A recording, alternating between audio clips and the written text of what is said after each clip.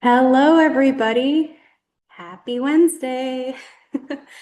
Welcome to What's Up in the Watershed. My name is KJ Ayers-Guerra, and I'm going to be your host today. I'm going to give everybody one more minute to just kind of load in, and then we're going to get started.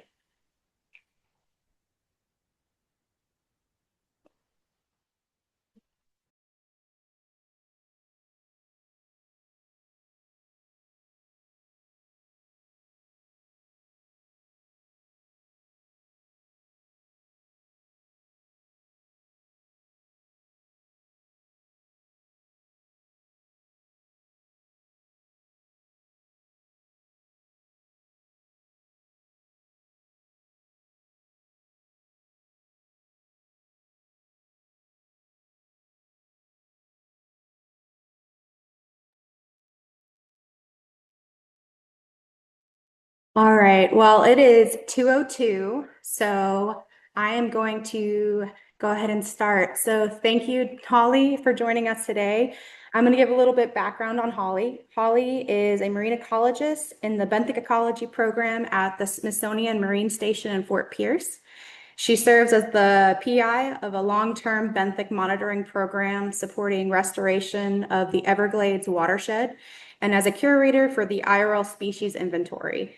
Since 2008, Dr. Sweat has worked to expand the Indian River Lagoon Species Inventory with an ambitious goal to document almost every species in the highly diverse estuary and making information of their life history, ecology, and distribution and genetics publicly accessible. Holly, thank you for joining us. Thanks, KJ. It's a small goal. Do you want to go ahead and share your screen? Yes. This works like it did. While Holly gets that up, I'm going to go ahead and say if you have any questions for Holly during her presentation, feel free to go ahead and put them in the Q&A and we'll address them at the end of the webinar.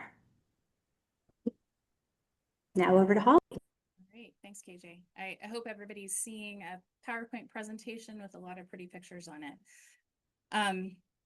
I realized as I was putting all of these slides together and reviewing them yesterday that I have a lot of information here. So hopefully I'll be able to get through all of this in the time allotted and won't drone on too long. But before I jump into any of the details, I wanted to upfront give my acknowledgments. There's a lot of people that have put a lot of time and effort into this project, and without their contributions, I would not be here today talking about the inventory or about the expansion and the improvements that we've done over the last few years. So I want to give a especially big shout out to Ben Brandt from Green Theory Studio. He's my web developer and database developer. He basically realizes all of the ideas that I come to him with. So what you are seeing today is all of his hard work. And then I also wanted, of course, to thank the IRL NEP for their continued financial support. And finally, I wanted to stress that this is not just a couple of us working on this. Even though Ben and I are the ones who work on this on a daily or weekly basis, what you look at whenever you view the species inventory is data that's being produced by well over 1,000, probably well over 10,000 contributors, writers, photographers, scientific experts. And so we're really benefiting from all of that combined knowledge and effort. Okay, so what's the inventory? Well, quite simply, it's just a comprehensive database of every living thing in the watershed. That's all. So I know that I joke around that I know that that's really a tall order, and it's one that we can never fully realize.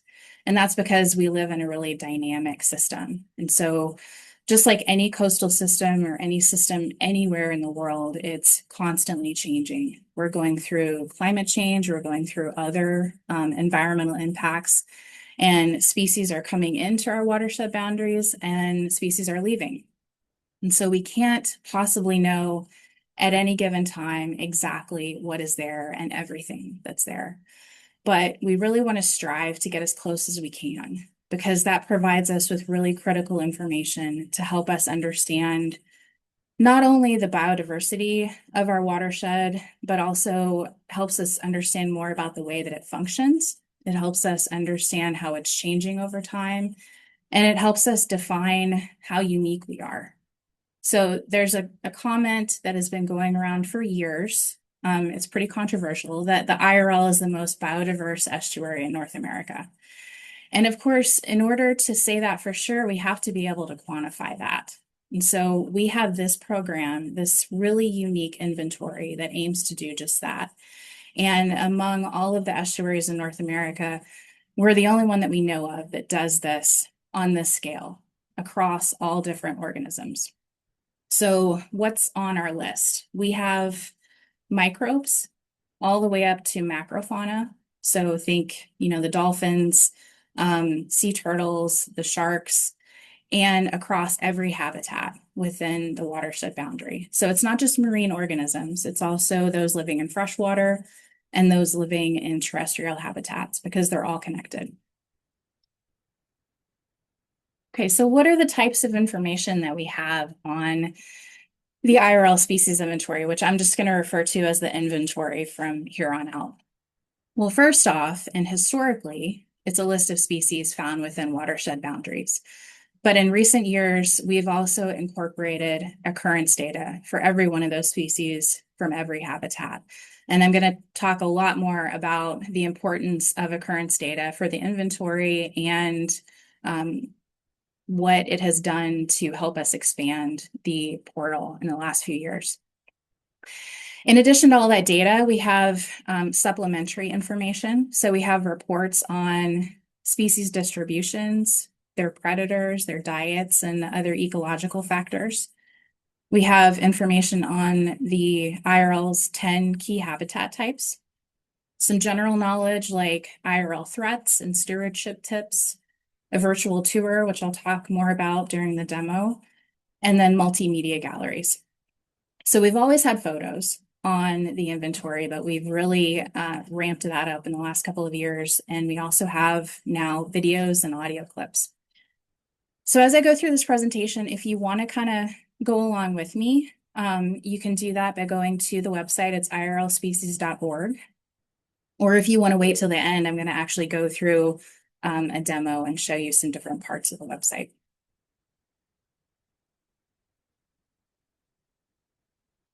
Okay, so if you have heard me talk about the inventory in the past, you probably know that this is familiar content. But for those of you who haven't, I want to sort of lay the groundwork and talk about how we got to where we are. So a little bit about the history of the inventory. This all started in 1994 with the first conference on IRL biodiversity that was held at Harbor Branch Oceanographic Institute. And this convened over 70 different experts that were working on different groups of organisms that are found within the watershed. And what came out of that a year later was a special issue in the Bulletin of Marine Science with a lot of papers that were published on lots of different groups of organisms that listed the species that are known to occur here. In 1997, the Smithsonian Marine Station became the repository for that initial inventory, which was in hard copy format. When it came to me, I actually have it in a binder up on my shelf here. And then in 2000, that inventory was developed into an online portal, thanks in very large part to a lot of work done by Kathy Hill and Joe Deneen. And then let's fast forward to 2019. The website had undergone a lot of sort of piecemeal expansion over the years. But in 2019, we finally realized it's time to modernize. We've got to get up to date. We've got to have a better user interface. We've got to be able to pull in more data. And so we really started our portal renovation and expansion project with renewed support from the IRL NEP. And this was all made possible through the connection that I had with Ben, who I mentioned at the beginning. He's one of two original Symbiota developers. And Symbiota is a really interesting and useful biodiversity data management software system. So it's used by museums and institutions around the world, and the framework manages over 12 million occurrence records worldwide. So what do we know about the number of species that were documented in the IRL across this history? Well, in 1995, in that hard copy binder list of species, we had about 2,500 species listed for the whole watershed. A lot of those were georeferenced, so they came from scientists that were out in the field and they had GPS coordinates associated with them, or they had really detailed location records. But others were anecdotal. Somebody knew they had seen something at one point, but they didn't have an actual occurrence data point to associate with it. Then fast forward to 2019, we had still been adding to this original species list, but we've been doing it by focusing on key groups of organisms. So one year we would try to get all of the invasive species on there. Next year, fishery species, and then microorganisms and so on. And by 2019, we were able to increase the number of species that we knew about that were documented in the IRL to just over 4,000. And finally, this year in 2026, we are well over 12,000. And we've gotten to this point because we've combined those original species lists with occurrence data. I keep talking about occurrence data. Let's get into what that is and why it's so important. Okay, so some of you may know about occurrence data. You might use this in your jobs, daily life. Others may not. Simply, occurrence data is just records that document the presence of an organism at a particular place in time. So it's a way to verify that an organism was somewhere at a certain time. And there are three main types of occurrence data. First off, which is really the gold standard, these are the specimen records. So these are organisms that are collected and they're stored in museums or herbaria in the case of plants and algae. So think about your old school museum. You've got a specimen in a jar. That's a specimen record. And the reason that this is the gold standard is because it's tangible and it lives on. So you've got this animal. It is a verified record for a particular place and time, but it also is available for people to take samples from it. So you can take a sample, and depending on the way that organism is preserved, you might be able to sequence the DNA of it, or you might get additional information about the environment that organism was living in whenever it was collected. So these are really important and useful. The second type of occurrence data that we commonly use are observations. So these are visual sightings, and typically we want these sightings to be accompanied with a really high resolution photograph. And these are things like iNaturalist observations, for example, if you're on iNat and you're familiar with that.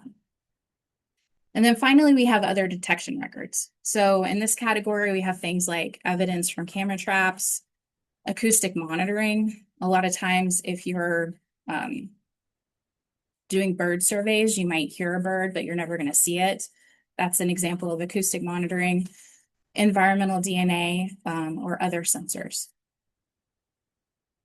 What are the different components of occurrence data? Well, they kind of fall into different tiers of importance. There are things that are absolutely required, and that's the what, the where, and the when.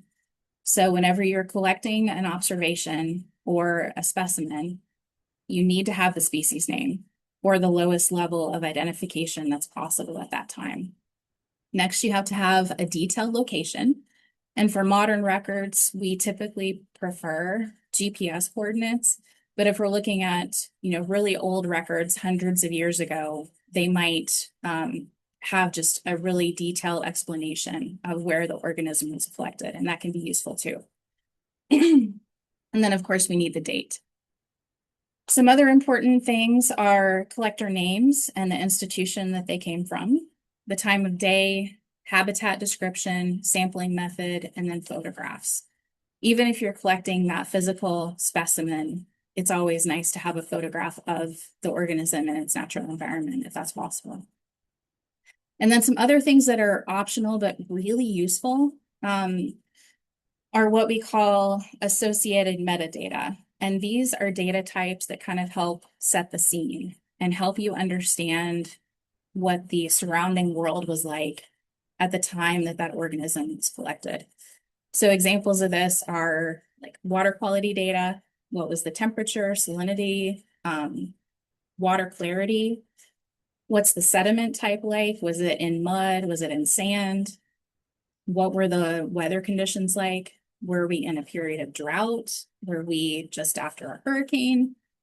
And then associated species. And this is incredibly important for organisms, especially that live in close association with other organisms. So if you're collecting an insect, for example, and it's found on a plant, what species of plant was it found on? And all of this data is formatted and shared using what we call Darwin Core data standards. And this is a really widely adopted data standard in the scientific community. And basically, it helps us all speak the same language. So we always want to collect the same types of data, and we want to format it the same so that it can be used by anybody around the world. And then finally, what are the uses of all of this data? There are so many. I'm going to go over, a few today, obviously, but just some of them are, of course, we use occurrence data to monitor biodiversity and population changes.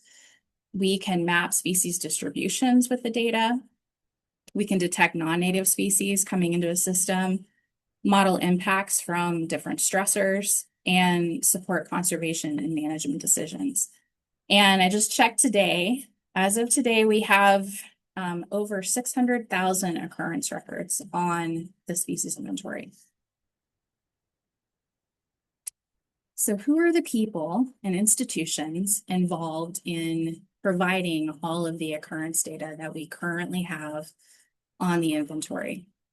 I spent about an hour going through our data set and just pulling out all the different institutions that I could find.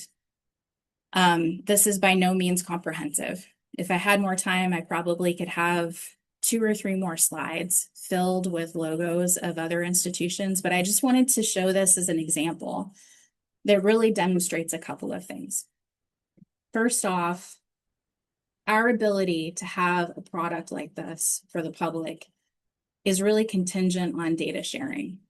All of these different institutions have collections that they've made in the Indian River Lagoon or that were donated to them from people that have worked in the Indian River Lagoon. And they digitize that data and they're sharing it back to us. The other thing is that the importance of the IRL goes well beyond local, regional, state level. We have the ability, because we have specimens in all of these collections from the Natural History Museum in London to Auckland, New Zealand, to Mexico, to Tokyo, the IRL has the potential to inform and direct science across the world, which I think is pretty cool. Okay, so the next few slides, I'm going to be sharing this graph. So I just want to take a minute to orient you to this. This is something that we've just completed in the past year. And what you're looking at is our biodiversity knowledge across history in the IRL. So on the y-axis, we have the total number of species that are detected in our occurrence data. And across the x-axis, we have the decade.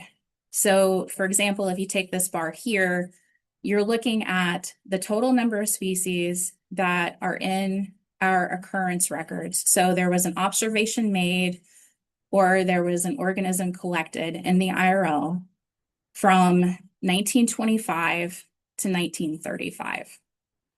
And they're color-coded according to the major group that those organisms fall into. So you can see that the majority of our records are animals, followed by plants, and surprisingly, we have a lot of fungi as well. So the first thing after we created this figure, the first thing I wanted to know is what are the oldest records that we have? what are the first documented species in our data set anyway to date in the IRL. So it turns out the first record is from 1857, and it was a fire coral that was collected in the Fort Pierce Inlet area. And that specimen is actually currently housed in the Harvard Museum collections. There weren't very many organisms observed in the IRL and documented back in the 1855 to 1865 decade. Most of them are animals, but they did range across different taxonomic groups. So some of the other things that we saw that decade are a couple of different bird species, a couple of fish, and we even had one mammal, the hispid cotton rat. Okay, so the other thing that I want to point out with this figure is that, of course, we've seen an expansion in our biodiversity knowledge throughout time. But there are some differences from decade to decade. So just as a point of reference, I have when the inventory began in the 1990s here. And you'll see from the 1860s up to the 1960s, we have a pretty gradual increase in the number of observations of different species that were made in the IRL. And then starting in 1970, we really noticed a jump, followed again by jumps in the 2000s, 2010s, and 2020s. So typically when we see jumps like that in biodiversity, we might have a propensity to think that it's because there's environmental recovery or ecosystem recovery. And while that can definitely be true, especially for certain systems or certain pockets of systems across time, it's not that easy. There's a lot more going on. So some of the things that can be contributing to our increase in biodiversity knowledge are increased survey effort. And this is especially true for groups that are typically overlooked. And if I had a whole extra 30 minutes or an hour, I could tell you about some of the things that we're doing here at the Smithsonian Marine Station to increase survey efforts of organisms that most people don't think about on a daily basis, which is a huge part of our biodiversity. It also has to do with enhanced data accessibility, which I just talked about. So getting those collections digitized, sharing them online, also improved detection and identification technologies. So we have improved collection methods across the years to find organisms that are typically hard to locate, and things like DNA sequencing to help us differentiate between species that are otherwise hard to differentiate with the naked eye. We have expanded monitoring by the public, and this is a huge one, especially for this area, but all over, using programs like iNaturalist, eBird, and local citizen science programs. And then finally, it's also reflecting potential range expansions and species introductions, which we know we have here in the IRL system.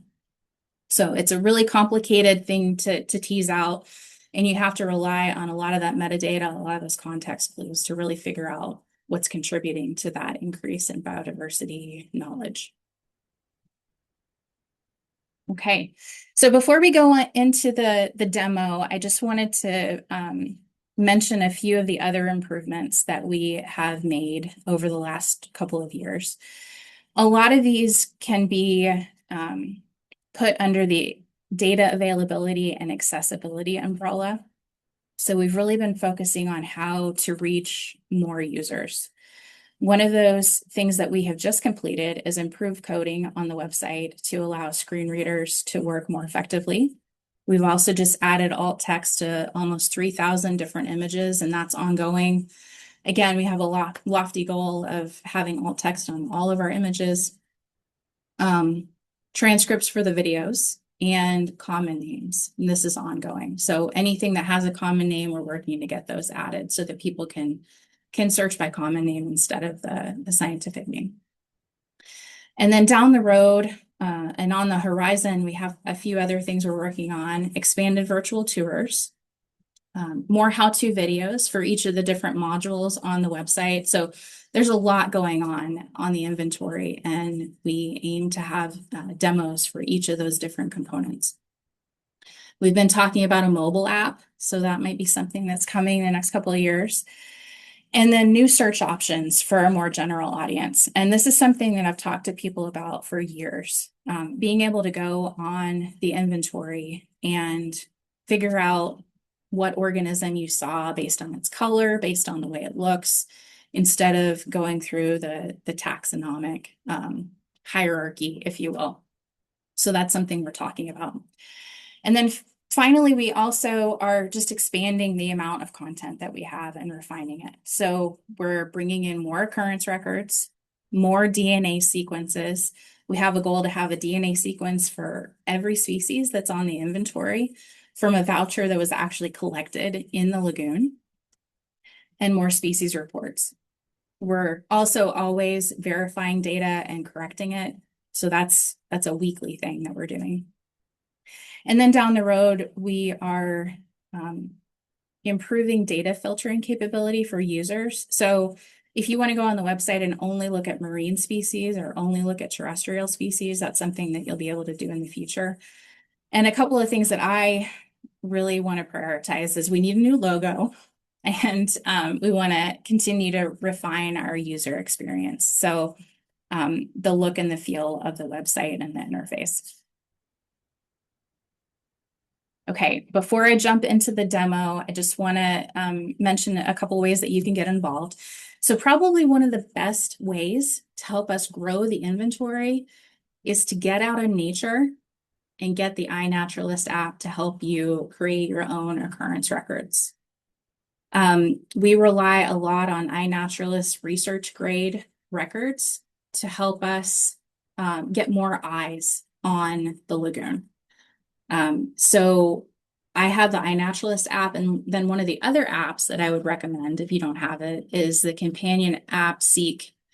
And with the Seek app, I've used that in my yard. If I see a weed pop up in my garden, or I see an odd insect on a plant, you can open up the Seek app. It'll open up your camera. You can point it at that organism and it will suggest an ID of what it is. And that, really helps just quench my desire to know everything immediately. So if you're like me and you have that, I strongly recommend the Seek app. But the other thing that it does it allows you to take a photo and then upload that occurrence record to iNaturalist. And what we're going to be doing every 6 months is pulling the data from iNaturalist and filtering to make sure we're only getting the research grade records that have more confident IDs on them, and pulling that into the species inventory. So that can really help us keep track of new invasions of different taxa, get to places in the lagoon that we don't typically study. So that's one way you can really help us out. Another way is to just start using the inventory more. There's only a couple of us that have eyes on it daily. And so things like bugs, broken links, those get overlooked. So get on there, check it out, and you can send me recommendations, comments, alert me to anything that looks wonky by contacting me through irlwebmaster@si.edu. And that email is located all around the website. And then finally, share. If you're a scientist and you have an IRL data set that's not on the inventory, consider sharing with us. Okay, so I want to end by actually stopping this PowerPoint and moving over to the website and going through how to use it for a few different scenarios. So I've come up with 1 or 2 different tools that we have on the inventory that are geared more for a scientific or a student audience, the general public, and then one that I think is useful for everyone.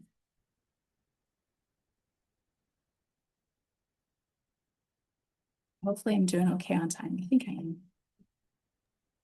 You're doing great.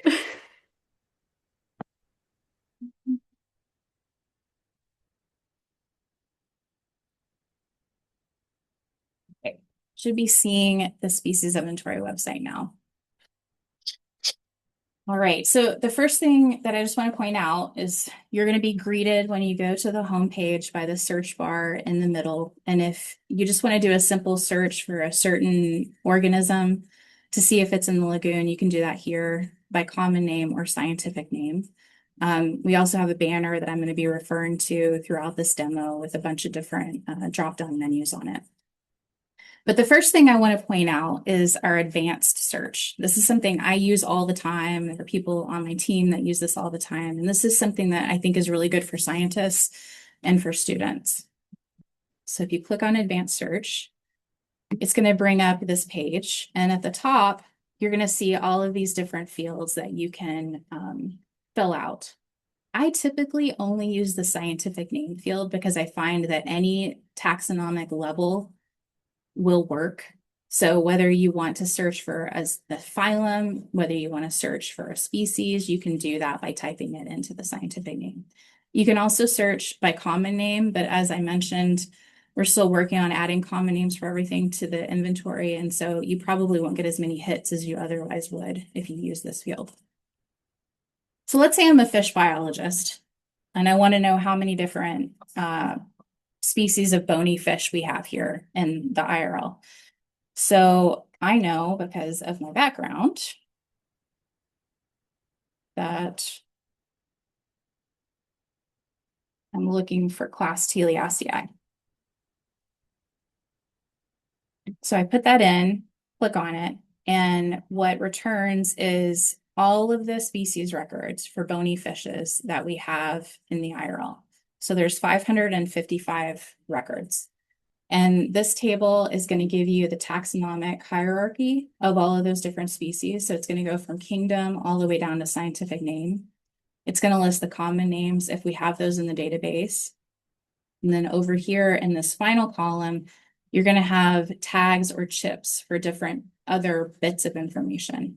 All of these that say Encyclopedia of Life, we have this for every species on the inventory. And what this does is it links out to the Encyclopedia of Life species report page for that species on eol.org. So you can navigate to that. It'll also tell you if something is non-native. If we have genetic data for it, it's going to tell you that, and you can link to the DNA sequence for that organism.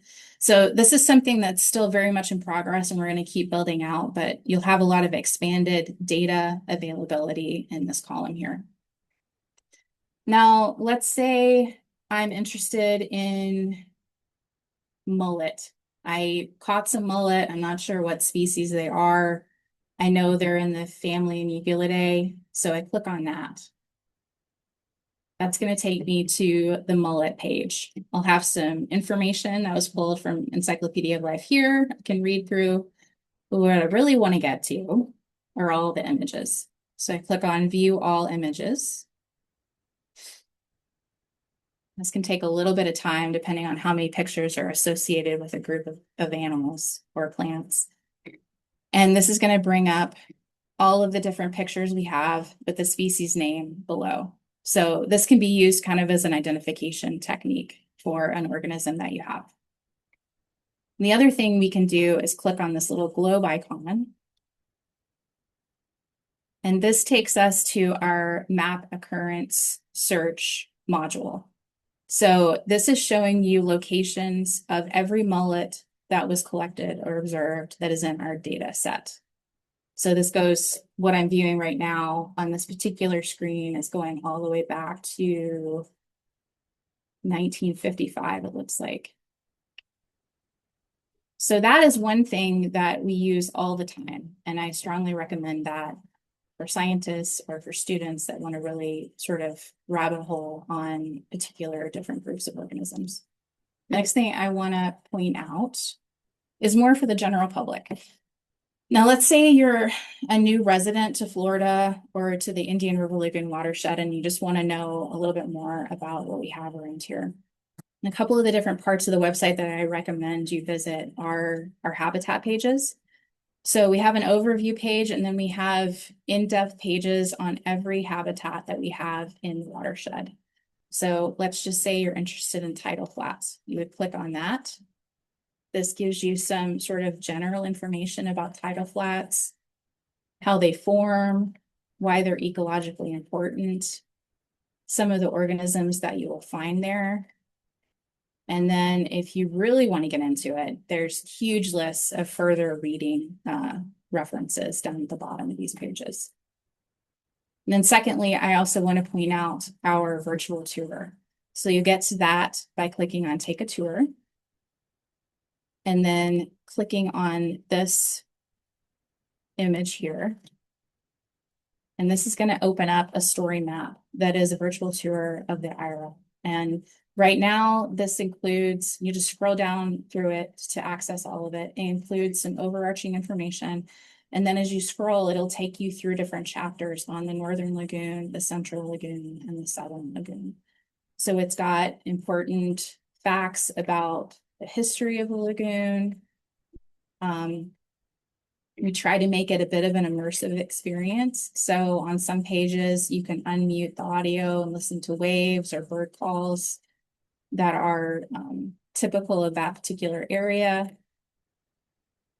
And then you can really learn a bit more about what the lagoon used to look like. So if I scroll over this section, for example, this is the Haulover Canal up that links the Mosquito Lagoon to the Northern IRL. And you can see what it used to look like way back in the day and what it looks like now. Very different. So I urge you to check that out. There's some really cool information on there, and this is something that we're looking to expand. We're probably going to end up having 3 different story maps so we can put in all of the different multimedia and information that we want in here. And then finally, the very last thing that I want to show people is something that I think will work for everyone. It's a really cool sort of new tool that we've instituted in the last 2 years, and it's dynamic checklists. So you're going to get there by going to Data Explorer and then hovering over dynamic checklist. You're going to click that. It's immediately going to throw up this form, which I feel like is a little bit jarring, but there's a lot of information fields on here. There's only a couple that are necessary to fill out. So for this example, I'm going to search by common name. And I'm just going to look for birds. I'm interested in birds. And I know I'm going to be going to a certain location over the weekend, and I want to know what birds I can expect to see there. So you can either search for the birds by using a bounding box or a point radius. So I'm just going to do a point radius. It's just a difference in searching. You either use a circle or a square. So let's do a point radius search. That's going to bring up the map. And let's say I am going to Merritt Island National Wildlife Refuge. I'm going to go over here and look for birds. So I'm going to say I'm going to draw a circle. I'm going to put the center of that circle right there on Black Point Wildlife Drive where we go birding, kind of draw from there a little bit. Then after it's drawn, I click on it to select it. I say submit coordinates. That's all I need to do. You don't need to fill out any of these other fields. And then say build checklist. Again, this is going to take a little bit, just depending on how big your circle is, how many species are found in that area. And then it creates this dynamic checklist for you. So right now it's just a list of species that are organized according to family. Not super useful, but we can click on show images. And we can click on common names. And all of a sudden we have what is essentially a field guide that you can use when you go out to different areas. And we're working on sort of the way that this looks to try to refine it. But the tool is essentially going to stay the same. You're going to be able to download it. You can either download it in table form with just the list of names, or you can download it with the photos. And if you log on to the species inventory and you make a profile, you can also save this checklist. So if you have a bunch of different places that you want to visit, you can make different checklists for each of them and save them to your profile. So I can see that being something that's useful if you're just a wildlife watcher. If you're a wildlife watcher, if you're a student who's doing a project in a particular area, or if you're a scientist. So that, I think, is it for me. I went a little long, but I didn't do too bad. I'm gonna stop sharing. open the floor for questions if anybody has any. Yeah, there's a few. Okay, so what is research grade for iNaturalist, if you could explain that? Yeah, that's a good question. So something gets tagged as research grade if there's consensus about the identification. So there's different ways that this can happen, and I probably need to look more into the nitty-gritty details about this. But basically, you put an observation on iNaturalist, and you might think it's a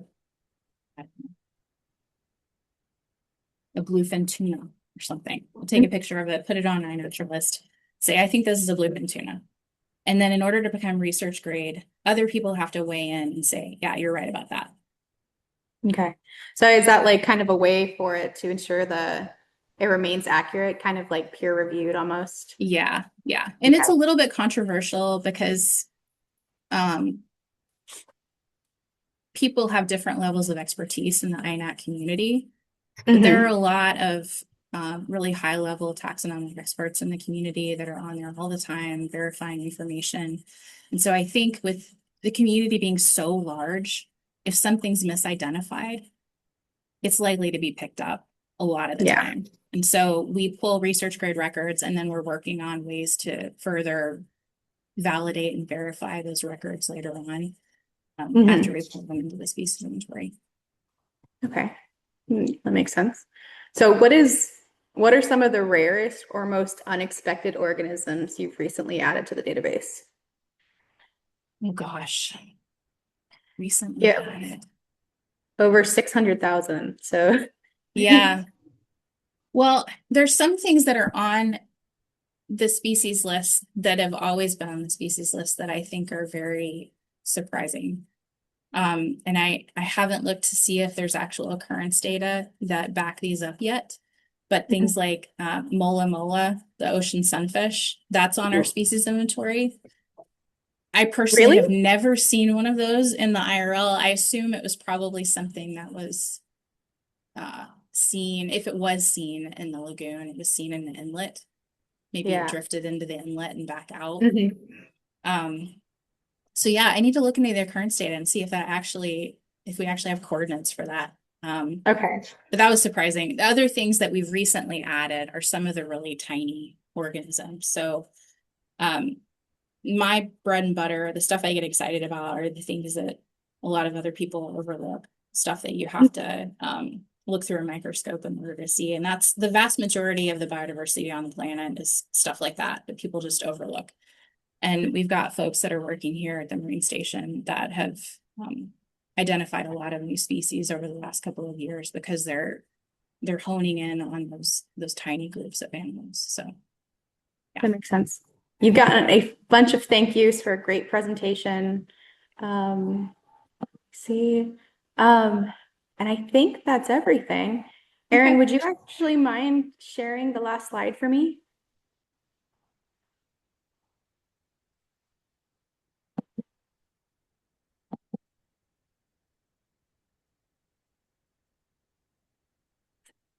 Well, Holly, thank you so much for presenting with us, and I'm glad I nabbed you when I did. I love learning about the species inventory and all the work that you guys are doing. Erin, you need to switch the display setting so it's in presenter view. Thanks, KJ. Hopefully in a couple more years, I'll have a whole other slew of important updates for you guys. Yeah, for sure. All right, so just to put it out there, we are going to be having, up next will be Olivia Escandel from FWC, and she will be talking about Sampson's Island restoration. And then followed in October, we're going to have Mike Yeston from Martin County. Thank you for everybody who joined, and thank you, Holly, again for everything. All right, everybody, have a good one. Thanks. Bye. Bye.